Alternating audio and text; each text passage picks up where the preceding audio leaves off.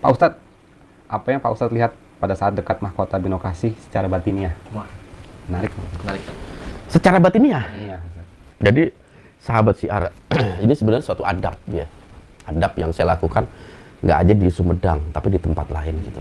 Ketika kita berhadapan dengan sesuatu yang bersifat seperti itu ya, sakral ataupun sesuatu yang dianggap, bukan dianggap ya sakral lah begitu, suci dan lain sebagainya. Saya nggak pernah menggunakan kelebihan saya itu untuk meneliti lebih lanjut. Ini ada siapa ini nih, di sini makhluknya siapa aja. Saya nggak pernah seperti itu. Adab itu. Adab ya. Iya. Gitu. Jadi saya nggak mendeteksi adanya keris. Kan dipajang tuh banyak pusaka dideteksi.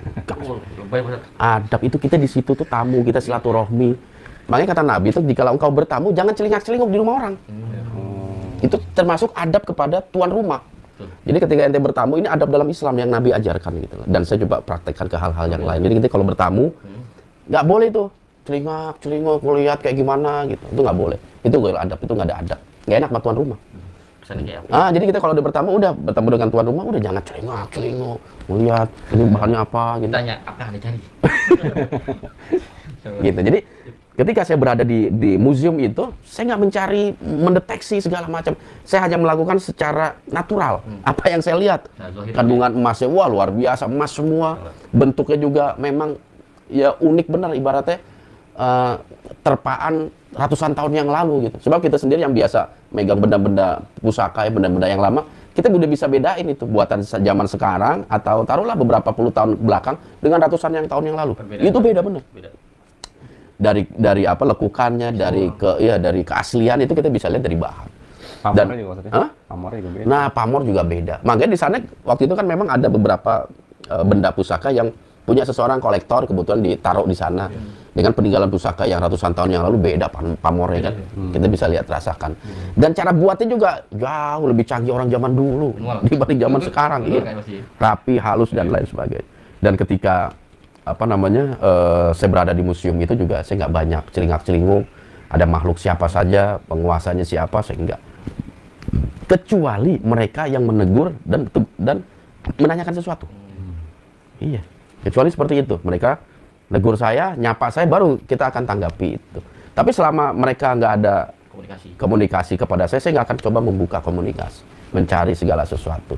Dan mungkin ini pengalaman yang sahabat syiar bisa lakukan juga gitu. Jangan mentang-mentang kita bisa deteksi, bisa merasa, semua dirasa-rasa. Akhirnya ngobrol kayak orang sok tahu benar. Iya. Karena adabnya seperti itu. Ingat, orang makin berilmu itu dia akan semakin tunduk dan tidak mau menunjukkan keilmuannya. Lebih bagus kita diem aja. Kita nilai apa zahirnya itu. Kecuali ditanya. Gitu. Ditegur duluan Pak Ustadz ya? Iya, gimana Pak Ustadz ini coba deteksi atau apa yang Pak Ustadz rasakan. Itu baru. Karena udah dapat izin dari tuan rumah. Gitu. Cuman memang ada satu pengalaman yang baik ini buat saya pribadi. Mudah-mudahan ini juga nggak salah ucap gitu. Mohon maaf saya kalau ada salah ucap, nggak ada niat apa-apa kepada Raden Lili kalau memang nonton tayangan ini. Jadi setelah menyelesaikan semuanya, kecuali satu sih waktu itu kejadiannya sebelum kita pergi ke pohon apa yang gede man? Kantil ya. Kantil. Waktu itu ajan Isya dan ini kaget. Tiba-tiba Raden Lili bukan minta, menawarkan, Pak Ustadz mau nggak gitu untuk melakukan sholat ibadah di tempat sakral mereka. Di sendiri yang menawarkan. Tempat itu nggak sembarangan orang masuk. Biasanya orang-orang penting aja yang boleh melakukan doa, ritual dan lain sebagainya. Karena memang tiap kerajaan punya seperti itu. Keraton Jogja punya, Keraton Solo juga punya tempat yang menurut mereka itu bermeditasi atau istilahnya tempat mereka merenung khusus. Saya bilang, wah ini pengalaman pribadi itu. Udah adanya saya manfaatkan untuk melakukan sholat, ibadah sholat, doa, zikir, dan lain sebagainya. Dan di situ memang terdapat beberapa pusaka, luar biasa gitu. Dan sekali lagi nggak aneh tapi nggak coba deteksi, kenapa pusaka ada di sini, apa sih isinya, nggak. Kita khusus ibadah pada Allah. Sampai pada akhirnya ada yang ngucapin salam. Dari disitulah kita akhirnya berdialog dengan sesepuh-sesepuh di sana dari sebangsa gaib gitu.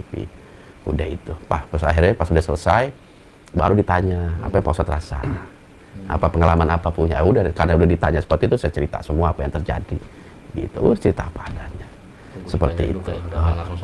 Iya, itu kan punya adab seperti itu. Dan mudah-mudahan pengalaman ini pun bisa membawa manfaat dimanapun kita berada. Pandangan mata terutama itu harus dijaga ketika kita bertamu.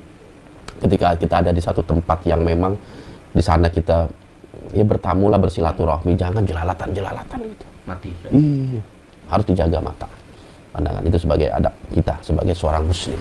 Seperti itu, Didi. Sip, alhamdulillah. Nah, jadi yang Anda bisa nilai dari zohirnya. Zohirnya itu luar biasa. Zohirnya luar biasa.